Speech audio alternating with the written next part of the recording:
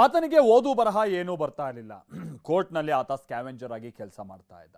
ಬಳಿಕ SSLC ಪರೀಕ್ಷೆಯಲ್ಲಿ 625ಕ್ಕೆ 623 ಅಂಕ ಪಡೆದಿದ್ದ. ಅಷ್ಟೇ ಅಲ್ಲ, ತಾನು ಕೆಲಸ ಮಾಡ್ತಾ ಇದ್ದ ನ್ಯಾಯಾಲಯದಲ್ಲೇ ಜವಾನ ಹುದ್ದೆಯನ್ನ ಪಡೆದುಕೊಂಡಿದ್ದ. ಇದರಿಂದ ನ್ಯಾಯಾಧೀಶರಿಗೆ ಆತನ ಮೇಲೆ ಅನುಮಾನ ಬಂದು ತನಿಖೆ ನಡೆಸೋದಕ್ಕೆ ಸೂಚನೆ ಕೊಟ್ಟಿದ್ದಾರೆ.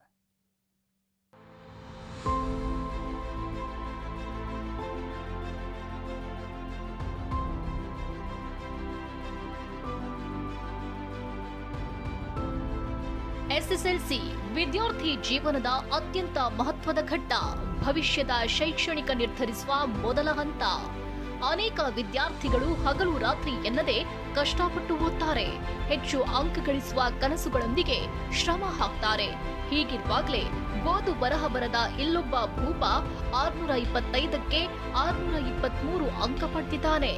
ಅಷ್ಟೇ ಅಲ್ಲ, ಇದೇ ಅಂಕದ ಆಧಾರದ ಮೇಲೆ ಸರ್ಕಾರಿ ನೌಕರಿಯನ್ನೂ ಗಿಟ್ಟಿಸಿಕೊಂಡಿದ್ದಾನೆ. ಓದು ಬರಹ ಬರದಿದ್ರೂ 623 ಅಂಕ ಗಿಟ್ಟಿಸಿದ ಭೂಪ.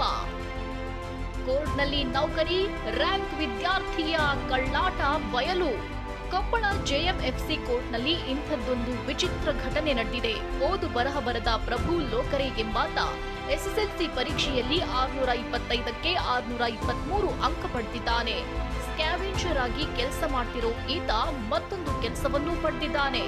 ಅನುಮಾನದಿಂದ ಅಂಕಪಟ್ಟಿ ನೋಡಿದ ನ್ಯಾಯಾಧೀಶರ ಮುಂದೆ ಸತ್ಯ ಬಟಾಬಯಲಾಗಿದೆ. ಕೊಪ್ಪಳ ನಗರದ ನಿವಾಸಿ ಪ್ರಭು JMFC ಕೋರ್ಟ್ನಲ್ಲಿ ಕಸಗುಡಿಸುವ ಕೆಲಸ ಮಾಡ್ತಿದ್ದ. 2017-18ರಲ್ಲಿ ಬರೆದ ಪರೀಕ್ಷೆಯಲ್ಲಿ 625ಕ್ಕೆ 623 ಅಂಕ ಪಡೆದಿದ್ದ. ವಾಸ್ತವದಲ್ಲಿ ಈತನಿಗೆ ಕನ್ನಡ, ಇಂಗ್ಲಿಷ್ ಹಾಗೂ ಹಿಂದಿ ಓದಲು ಬರೋದಿಲ್ವಂತೆ. ಆದರೆ SSLC ಅಂಕದ ಆಧಾರದ ಮೇಲೆ ಮತ್ತೊಂದು ನೌಕರಿ ಗಿಟ್ಟಿಸಿಕೊಂಡಿದ್ದಾನೆ. ಯಾದಗಿರಿ ಕೋರ್ಟ್ನಲ್ಲಿ ಜವಾನ ಹುದ್ದೆಗೆ ಆಯ್ಕೆ. ಓದಲು ಬರೆಯಲು ಬಾರದ ಪ್ರಭು ಆಯ್ಕೆಗೆ ನ್ಯಾಯಾಧೀಶರು ಅಚ್ಚರಿಗೊಂಡಿದ್ದಾರೆ. ಅನುಮಾನಗೊಂಡು ಅಂಕಪಟ್ಟಿ ಗಮನಿಸಿದಾಗ ಸತ್ಯ ಬಯಲಾಗಿದೆ. ಕೊಪ್ಪಳ JMFC ನ್ಯಾಯಾಧೀಶರು ಕೊಪ್ಪಳ ನಗರ ಠಾಣೆಯಲ್ಲಿ ದೂರು ದಾಖಲಿಸಿದ್ದಾರೆ. ಕಳೆದ ಏಪ್ರಿಲ್ 26ರಂದು ಕೊಟ್ಟ ದೂರಿನ ಅನ್ವಯ ಪೊಲೀಸರು ಕೇಸ್ ದಾಖಲಿಸಿದ್ದಾರೆ. ಇನ್ನು TV9 ದೂರವಾಣಿ ಕರೆಯಲ್ಲಿ ಮಾತನಾಡಿದ ಪ್ರಭು ಹೇಳಿದ್ದು ಹೀಗೆ: ಆರೋಪಿ ಹೇಳೋದೇನು? 2017-18ರಲ್ಲಿ ಬಾಹ್ಯ ಅಭ್ಯರ್ಥಿಯಾಗಿ ಬನಹಟ್ಟಿ ಕೇಂದ್ರದಲ್ಲಿ SSLC ಪರೀಕ್ಷೆ ಬರೆದಿದ್ದೆ. ದೆಹಲಿ ಎಜುಕೇಷನ್ ಬೋರ್ಡ್ ಎಂಬ ಸಂಸ್ಥೆ ಪರೀಕ್ಷೆ ನಡೆಸಿತ್ತು. SSLC ಪರೀಕ್ಷೆಯಲ್ಲಿ 625ಕ್ಕೆ 623 ಅಂಕ ಪಡೆದು ಪಾಸ್ ಆಗಿದ್ದೆ. ನನ್ನಂತೆಯೇ ಅನೇಕರು ಇದೇ ಬೋರ್ಡ್ನಲ್ಲಿ ಪರೀಕ್ಷೆ ಬರೆದು ಪಾಸ್ ಆಗಿದ್ದಾರೆ.